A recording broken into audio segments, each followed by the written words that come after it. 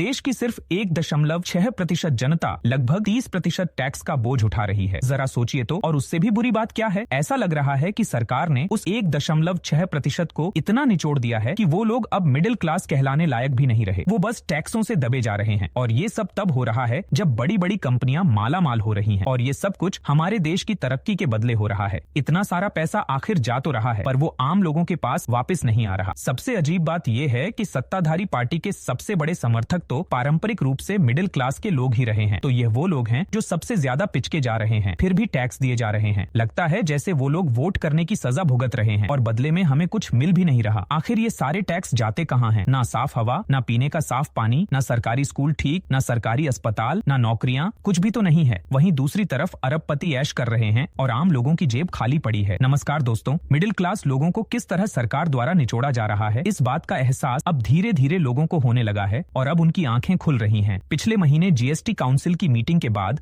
जब finance minister ने ऐलान किया कि पॉपकॉर्न पर भी टैक्स लगेगा, अलग अलग तरह से। नॉन ब्रांडेड पॉपकॉर्न पर 5% जीएसटी, ब्रांडेड पॉपकॉर्न 12% और कैरेमल पॉपकॉर्न पर 18%। पॉपकॉर्न का ट्रीटमेंट में जब तक वो नमकीन है, सॉल्टेड है, मसाला एडेड है, चटपटा मसाला है, चिली पाउडर है, कुछ हो, सब 5%, 5%. But when it has added caramelized sugar, it is no longer नमकीन। इस बात को लेकर सोशल मीडिया पर बहुत हल्ला मचा और जमकर मजाक उड़ाया गया फाइनेंस मिनिस्टर का। लोग फाइनेंस मिनिस्टर को वसूली ताई कहने लगे। पूरा इंटरनेट मीम्स से भर गया। किसी ने लिखा कि फाइनेंस मिनिस्टर अपने ऊपर बनने वाले मीम्स पर भी टैक्स लगा देंगी। ये बात तो अच्छी है कि लोग जागरूक हो रहे हैं, लेकिन ज्यादातर लोग इस बात को समझ नहीं पा रहे हैं कि यह समस्या एक्चुअली में कितनी गहरी है और कितनी बड़ी है। यहाँ सिर्फ 10-12 आइटम्स पर लगे जीएसटी की बात नहीं है। असलियत में देश के मिडिल क्लास को तो खत्म किया जा रहा है और यह मुद्दा निर्मला सीतारमण से कहीं ज्यादा और बड़ा है। आइए समझते हैं आज के इस वीडियो में। 2024 के सेकंड क्वार्टर में भारत की सबसे बड़ी एफएमसीजी कंपनी हिंदुस्तान यूनिलीवर का मुनाफा पिछले साल के मुकाबले 3.86% नीचे गिर गया। एफएमसीजी का मतलब है फास्ट मूविंग कंज्यूमर गुड्स, जो खाने पीने की पैकेज्ड चीजें होती हैं, जैसे कि cosmetic, skin care, cleaning product, health supplement और डायपर जैसी चीजें। वह सारा सामान जो आम लोगों को रोजमर्रा में दुकानों से खरीदना होता है, क्योंकि यह सभी जरूरी सामान है। अगर इनकी बिक्री कम हो रही है तो इसका मतलब है कि कोई बहुत बड़ी समस्या है। इसका कारण बताया गया है भारत का सिमटता हुआ मिडिल क्लास। हिंदुस्तान यूनिलीवर के सीईओ रोहित जावा के अनुसार शहरों में ग्रोथ कम हो रही है और ये कहानी सिर्फ एक कंपनी की नहीं है, बल्कि लगभग सभी एफएमसीजी कंपनियों के साथ यही देखने को मिल रहा है। नेस्ले इंडिया के चेयरमैन सुरेश नारायण का कहना है कि डिमांड में कमी मेगासिटीज और मेट्रो से आ रही है। टाटा कंज्यूमर प्रोडक्ट्स ने कहा कि शहरों में डिमांड कम हो गई है। वहीं आईटीसी का कहना है कि इस क्वार्टर में इकोनॉमिक एक्टिविटी कम हुई है। अर्बन एरियाज यानी शहरों में रहने वाले मिडिल क्लास लोगों के पास अब खर्च करने को पैसा नहीं बचा है। सरकार ने टैक्स लगा लगाकर उन्हें इतना निचोड़ दिया है कि अब वो मिडिल क्लास शायद बचे ही नहीं। इसे डिटेल में समझने से पहले हमें यह जानना होगा कि असल में ये मिडिल क्लास है कौन। एक बड़ा पॉपुलर फ्रेमवर्क है जिसे बिजनेसमैन किशोर बियानी ने तैयार किया है। ये भारत को 3 हिस्सों में बांटता है। पहले हिस्से में आते हैं करीब 12 करोड़ लोग, जिनकी हर साल की कमाई करीब 12 लाख है। ये हैं भारत के वो लोग जिन्हें हम अपर क्लास कहते हैं और कंज्यूमिंग क्लास भी कहते हैं, जिसे इंडिया 1 भी कहा जाता है। देश में 50 से 60% खरीदारी यही लोग करते हैं। इसके नीचे आती है दूसरे नंबर पर मिडिल क्लास, जिसे एस्पिरेंट क्लास भी कहा जाता है। इसमें लगभग 30 करोड़ लोग हैं जिनकी हर साल की कमाई 5 लाख है। अगर एक परिवार में 4 लोग हैं तो वो साल के 10 लाख के आसपास कमाते हैं। यह एक एवरेज है और थोड़ा कम ज्यादा भी हो सकता है। फिर इसके नीचे है इंडिया 3, जो कि सबसे बड़ा हिस्सा है। इसमें देश की ज्यादातर गरीब आबादी आती है जिनके पास कोई सेविंग्स नहीं है। ज्यादातर भारतीय कंपनीज अपर क्लास और मिडिल क्लास लोगों को ही अपना सामान बेचती हैं। और अब हो ये रहा है कि इंडियन कंपनीज के क्वार्टरली रिजल्ट में दिख रहा है कि अपर क्लास के पास तो काफी पैसा है खर्च करने के लिए, और वह कर भी रही है। यह अपर क्लास अब प्रीमियम गुड्स और सर्विसेज की तरफ जा रही है, लेकिन मिडिल क्लास के लोग टैक्स और महंगाई के बोझ में इतना दब गए हैं कि वह एंट्री लेवल प्रोडक्ट भी नहीं खरीद पा रहे हैं। और इसी कारण से जीडीपी तो बढ़ रहा है, सरकार के पास पैसा भी खूब आ रहा है, लेकिन मिडिल क्लास की जेब खाली पड़ी है। और तीसरा हिस्सा है लोअर क्लास। इनका तो पूछो ही मत, क्या हाल है। गरीबी इतनी ज्यादा है कि उन्हें फ्री में मिलने वाले राशन के लिए भी मजबूर होना पड़ रहा है। अब सवाल ये उठता है कि ऐसा क्यों हो रहा है। क्या ऐसा है कि मिडिल क्लास और लोअर क्लास के लोग बेवकूफ हैं, उन्हें काम नहीं करना आता, वह काम नहीं करना चाहते और मेहनती नहीं है। असलियत तो ये है कि मिडिल क्लास के पास पैसा इसलिए नहीं है कि वो खर्च कर सकें, क्योंकि ये सारी कमाई तो सरकार और ये बड़े बड़े कॉर्पोरेट खा रहे हैं। वही लोग जो आपको सबसे ज्यादा फालतू के राय मशवरे देते हैं वही आपको लूट रहे हैं। मार्च 2024 में खत्म हुए साल में इंडियन कॉर्पोरेट का मुनाफा 2008 की फाइनेंशियल क्राइसिस के बाद 15 साल में सबसे ज्यादा था। और मजे की बात तो ये है कि FICCI और क्वेस्ट कॉर्पोरेट लिमिटेड की एक रिपोर्ट के अनुसार 2019 से 2023 के बीच 6 बड़े सेक्टर्स में इंडियन कॉर्पोरेट्स का मुनाफा 4 गुना बढ़ा है। लेकिन और यहाँ समझने वाली बात है, उसी समय में इनकी सैलरी में कोई बढ़ोतरी नहीं हुई है, बल्कि वो और नीचे गिर गई है। मतलब सैलरी की ग्रोथ नेगेटिव में रही। सैलरी की ग्रोथ नेगेटिव रहने का मतलब है कि जितनी सैलरी बढ़ी उससे ज्यादा महंगाई बढ़ गई है। पिछले 5 सालों में हर साल औसतन 5.7% से महंगाई बढ़ी है और लोगों की सैलरी उस रफ्तार से नहीं बढ़ रही है। यहाँ तक कि सरकार भी यह बात मानती है। देश के चीफ इकोनॉमिक एडवाइजर V अनंता नागेश्वरन ने भी अपने भाषणों में बड़े कॉर्पोरेट्स को टारगेट किया है। तो एक तरफ ये कंपनीज तो बम्पर प्रॉफिट कमा रही हैं, दूसरी तरफ आपकी सैलरी नहीं बढ़ा रही और तीसरी तरफ मोदी सरकार टैक्स में छूट देकर इन्हें टैक्स भी नहीं देने देती। ये 2019 की बात है कि मोदी सरकार ने कॉर्पोरेट टैक्स को कम कर दिया था और इन कंपनियों को कई सारे बेनिफिट दिए थे। सरकार को खुद इसकी वजह से 2019-20 में 1.44 लाख करोड़ का नुकसान हुआ था। लेकिन सरकार ने कहा कि चिंता की कोई बात नहीं, जब यह कंपनीज अच्छा करेंगी तो इकोनॉमी में वापस पैसे इन्वेस्ट होंगे, इससे जॉब क्रिएट होगी, प्राइवेट सेक्टर स्ट्रांग होगा और एम्प्लॉयमेंट भी बढ़ेगी। लेकिन असलियत में ऐसा कुछ भी नहीं हुआ और अगर कोई पढ़ा लिखा पॉलिटिशियन होता तो ऐसा फैसला बिल्कुल ना लेता। पिछले 5 सालों में सरकार को लगभग 9 लाख करोड़ रुपए का रेवेन्यू लॉस हुआ है। जरा सोचकर देखिए, अगर यह कॉर्पोरेट टैक्स कम ना किया होता तो 9 lakh crore health care, education, infrastructure में खर्च किए जा सकते थे। पब्लिक सर्विसेज को कितना इंप्रूव किया जा सकता था। देश को नुकसान हुआ है पिछले 5 सालों में और इस नुकसान की भरपाई सरकार आम आदमी पर टैक्स लगाकर कर रही है। इस चार्ट को देखिए, जितना पैसा सरकार डायरेक्ट टैक्स से कमा रही है 2018-19 में, उसमें से 58.3% हिस्सा कॉर्पोरेट टैक्सेस से आता था, लेकिन 2023-24 में घटकर सिर्फ 46.5% ही रह गया। आज के दिन कॉर्पोरेट्स जितना टैक्स देते हैं उससे ज्यादा टैक्स तो लोग इनकम टैक्स में देते हैं। इस साल 2024-25 में लोगों के 11,56,000 करोड़ टैक्स देने का अनुमान है, जबकि कॉर्पोरेट्स का 10,42,000 करोड़ टैक्स देने का। पूरे देश में 3% से भी कम लोग इनकम टैक्स देते हैं, लेकिन यही 3% लोग इंडिविजुअली ज्यादा टैक्स पे कर रहे हैं सरकार को एज कम्पेयर टू सारी कंपनीज जितनी भी इंडिया में है। ये 3% लोग 1 लाख करोड़ रुपए ज्यादा टैक्स दे रहे हैं सरकार को इन कंपनीज से। मनमोहन सिंह की सरकार के दौरान टोटल टैक्स रेवेन्यू में से कॉर्पोरेट टैक्सेस का शेयर 35% था, लेकिन अब मोदी सरकार में ये घटकर सिर्फ 26% रह गया है। मतलब इतना सारा फायदा इन कंपनियों को दिया जा रहा है और वो एम्प्लॉइज की सैलरी तक नहीं बढ़ा रहे हैं। एक्सपर्ट्स का तो कहना है कि कम से कम सैलरी इतनी तो बढ़ा लो जितनी महंगाई बढ़ रही है। सरकार अगर चाहे तो सीधे कानून बना सकती है कि हर साल एम्प्लॉइज की सैलरी इतनी बढ़नी चाहिए जितनी इन्फ्लेशन है कम से कम, और ये तो बस मौजूदा कर्मचारियों के लिए है। नए कर्मचारियों के लिए क्या है? क्या कोई नई नौकरियां बनाई जा रही हैं? वो भी नहीं हो रही। 2023-24 के आर्थिक सर्वे में भी कंपनियों से कहा गया कि बहुत ज्यादा प्रॉफिट कमा रहे इंडियन कॉर्पोरेट सेक्टर को चाहिए कि वह जॉब्स क्रिएट करना अपनी जिम्मेदारी समझे, लेकिन इन्होंने अभी तक इसके लिए कुछ नहीं किया है। और यह करेंगे भी क्यों, अगर उन्हें पता है कि चंदा धंधा मॉडल से ही सरकार चलती है। पॉलिटिशियन को घूस दो और ये पॉलिटिशियन हमारे फेवर में कानून बनाएंगे, फिर और कुछ करने की जरूरत ही क्या है। और इसीलिए तो देश में जॉब्स की इतनी कमी है। अब वापस आते हैं मिडिल क्लास के मुद्दों पर। इन सब में देश को चलाने के लिए जिस पैसे की जरूरत है वो मिडिल क्लास भर रही है और ये बोझ मिडिल क्लास के ऊपर बढ़ता ही जा रहा है। इंडिया में 2022-23 में केवल 2.24 करोड़ इंडियंस ने इनकम टैक्स भरा था। पहले मैंने 3% से कम का जो नंबर बताया था वो तो एक एस्टीमेट था। असलियत में तो ये नंबर 1.6% पर है, यानी सिर्फ 1.6% आबादी इनकम टैक्स भर रही है देश में। लेकिन टैक्स जो सरकार इनकम टैक्स से कमा रही है 2023-24 में वो 30.2% है। देश की 1.6% जनता 30% बोझ उठा रही है टैक्स का। कई सारे इकोनॉमिस्ट और एक्सपर्ट्स ने बार बार कहा है कि इंडिया जैसे मिडिल इनकम कंट्री को पर्सनल इनकम टैक्स पर नहीं चलाया जा सकता, लेकिन क्या सरकार सुन रही है? ये तो बात सिर्फ इनकम टैक्स की थी। इसके बाद आता है जीएसटी। ऑक्सफैम की एक रिपोर्ट के मुताबिक टोटल जीएसटी का 60% 50% से भी ज्यादा हिस्सा इनकम के हिसाब से बॉटम 50% से आता है। 1/3 हिस्सा मिडिल 40% आबादी से आता है और वहीं टॉप 10% आबादी केवल 3 से 4% जीएसटी देती है। क्या आप समझ रहे हैं? देश के सबसे अमीर लोग वो सिर्फ 3 से 4% जीएसटी में कंट्रीब्यूट करते हैं और ज्यादातर जीएसटी का बोझ फिर से मिडिल क्लास और गरीब लोगों पर आता है। ऑक्सफैम की ही रिपोर्ट के अनुसार कोविड पेंडेमिक के बाद से इंडिया की बॉटम 50% आबादी की वेल्थ लगातार कम होती जा रही है। 2020 में ही नेशनल इनकम में इनका शेयर गिरकर 13% रह गया था। वहीं टोटल नेशनल वेल्थ में तो 3% शेयर भी नहीं है। हमारे देश की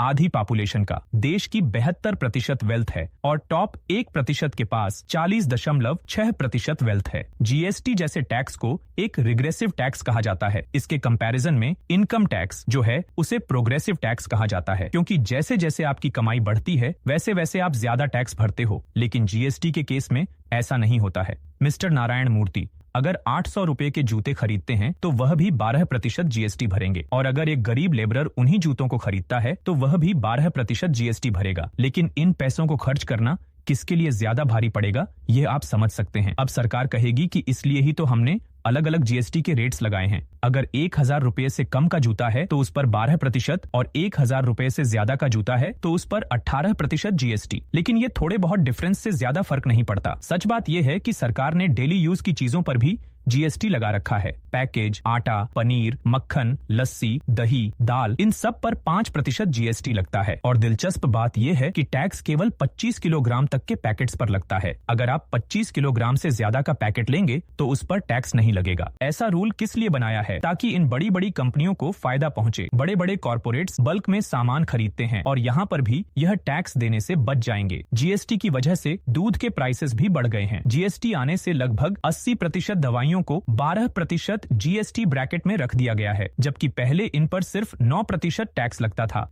इसीलिए दवाइयों के प्राइसेस भी बढ़ गए हैं। हेल्थ और लाइफ इंश्योरेंस के प्रीमियम्स पर अब 18% जीएसटी लगता है। पहले इन पर 15% टैक्स लगा करता था। यानी इंश्योरेंस लेना भी महंगा हो गया है। कमाल की बात यह है कि अमेरिका, यूके और साउथ अफ्रीका जैसे देशों ने भी इस चीज पर इंडिया से कम टैक्स लगाया है। एक तरफ इंश्योरेंस की कॉस्ट बढ़ रही है, दूसरी तरफ आम आदमी के लिए प्राइवेट हॉस्पिटल्स में इलाज कराना मुश्किल पड़ रहा है। ऐसे में कोई सरकार अगर फ्री हेल्थ केयर देने की बात करती है मोहल्ला क्लिनिक्स के जरिए तो उन्हें भी तोड़ने की कोशिश की जाती है। कॉर्पोरेट्स को यहाँ एक और फायदा है इंडिविजुअल लोगों के कंपैरिजन में। कॉर्पोरेट्स को जीएसटी इनपुट मिल जाता है लेकिन इंडिविजुअल टैक्स पेयर्स को कोई जीएसटी इनपुट नहीं मिलता। इसी तरह लोगों को अपनी इनकम पर टैक्स देना होता है, लेकिन इन कंपनियों को इनकम से खर्च घटाकर होने वाले प्रॉफिट पर टैक्स देना होता है। इन्हीं कॉर्पोरेट्स को फायदा पहुंचाने के लिए सरकारी स्कूलों और सरकारी अस्पतालों को अच्छा नहीं किया जाता, ताकि एक मिडिल क्लास आदमी मजबूर हो जाए अपने बच्चों को प्राइवेट स्कूल में पढ़ाने में और प्राइवेट हॉस्पिटल में जाने में। देश भर में सरकारी स्कूलों का बुरा हाल है। सिर्फ कुछ एक्सेप्शंस हैं इसमें। ये बड़े बड़े कॉर्पोरेट सरकारों को कैसे इन्फ्लुएंस करते हैं यह आप इस बात से समझ सकते हैं कि 1982 में देश की टॉप 10 कंपनीज में से 6 कंपनीज ने 1 रुपए का भी टैक्स नहीं दिया था। इन कंपनीज को जीरो टैक्स कंपनीज कहा जाता है। रिलायंस अपनी लिस्टिंग के 30 साल तक जीरो टैक्स कंपनी रही थी। ये सिर्फ 1996-97 में ही था कि रिलायंस ने पहली बार टैक्स दिया हो। इसके अलावा कॉर्पोरेट सीईओस बड़े बड़े टैक्स हेवंस में जाकर अपनी कंपनियां खोलते हैं, जैसे मॉरिशस से लेकर पनामा तक, और वहां पर पैसा छिपाकर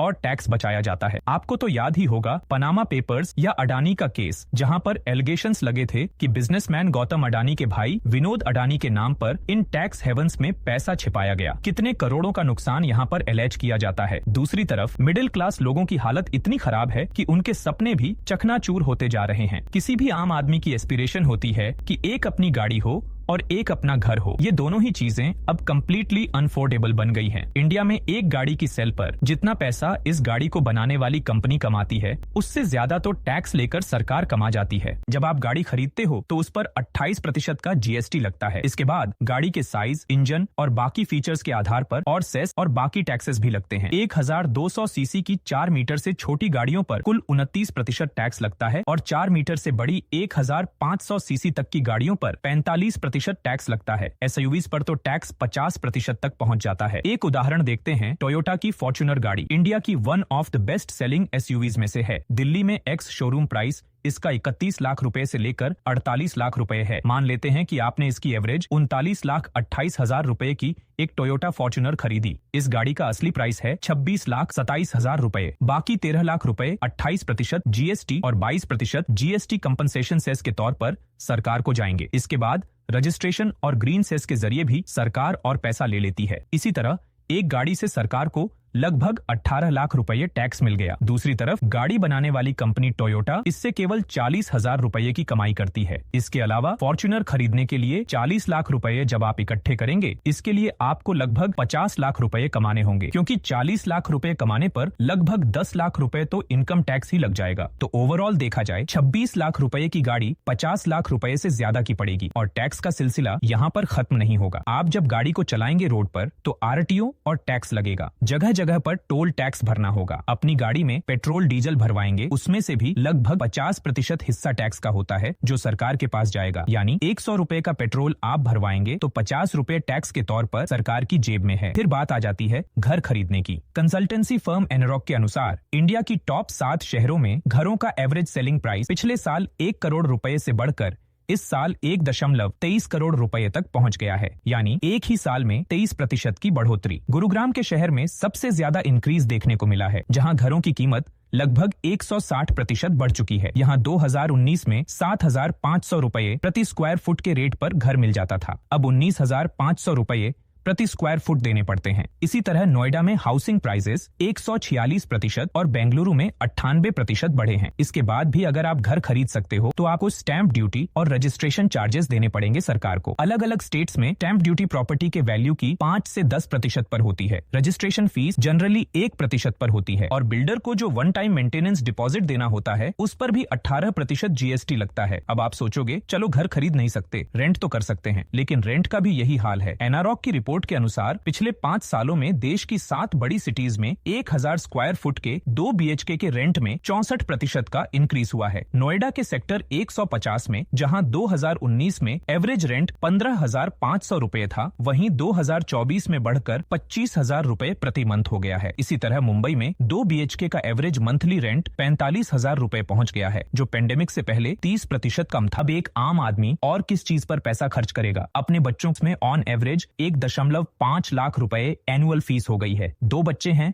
तो 3 लाख रुपए हो जाएंगी। मंथली 25,000 रुपए पड़ता है। इसके अलावा गर्मियों को अगर सरवाइव करना है तो एसी की जरूरत पड़ेगी, उस पर 28% जीएसटी लगेगा। एक आम परिवार को घर में फ्रिज भी चाहिए होगा, सामान रखने के लिए 18% जीएसटी। आपके नलके से पानी पीने लायक नहीं आता तो आपको वाटर प्यूरिफायर खरीदना पड़ेगा, 18% जीएसटी। बाहर की जहरीली हवा में आप सांस नहीं लेना चाहते तो सरवाइव करने के लिए एक एयर प्यूरिफायर खरीदना होगा, उस पर भी 18% जीएसटी। अब इन सारे डिवाइसेस को चलाने के लिए आपको बिजली की जरूरत पड़ेगी और बिजली का बिल कौन भरेगा? बिजली का बिल तेरा बाप भरेगा। अनलेस आप दिल्ली जैसी कुछ स्टेट्स में रह रहे हैं जहां आपको बिजली फ्री या सस्ती मिलेगी कुछ यूनिट्स तक, आपका बिजली का बिल आता होगा जिस पर लिखा होगा पर यूनिट इलेक्ट्रिसिटी चार्ज। इस महंगी बिजली के रेट में कई सारे अलग अलग टैक्सेस और चार्जेस होते हैं। जैसे कि अगर आप महाराष्ट्र में हो तो पहले फिक्स्ड चार्जेस लगेंगे, फिर एनर्जी चार्जेस रेट होंगे यानी पर यूनिट इलेक्ट्रिसिटी रेट, उसके बाद व्हीलिंग चार्जेस लगेंगे, उसके बाद फ्यूल एडजस्टमेंट चार्जेस लगेंगे और फिर 16% इलेक्ट्रिसिटी ड्यूटी लगेगी। फिर अगर आपकी स्टेट में मौजूद सरकार ने कॉर्पोरेट्स के साथ चंदा धंधा का गेम खेला है तो आप और भी ज्यादा पे कर रहे हो। अच्छा, इस सब के बाद अगर आपके पास फिर भी पैसा बच गया हो और थोड़ा पर्सनल एंजॉयमेंट के लिए सिनेमा हॉल में पिक्चर देखने जाना हो तो मूवी टिकट पर भी 18% जीएसटी। और मूवी देखते देखते कैरेमल पॉपकॉर्न मत खा लेना, क्योंकि वहां पर भी 18% जीएसटी। इतना सारा टैक्स भरने के बाद आपको मिल क्या रहा है? ना नदियों में पानी साफ है, ना हवा साफ है, ना सड़कें ठीक हैं, ना फुटपाथ ठीक है, ना कोई फूड सेफ्टी के स्टैंडर्ड्स हैं, ना ढंग का पब्लिक ट्रांसपोर्ट है ज्यादातर शहरों में। That's how we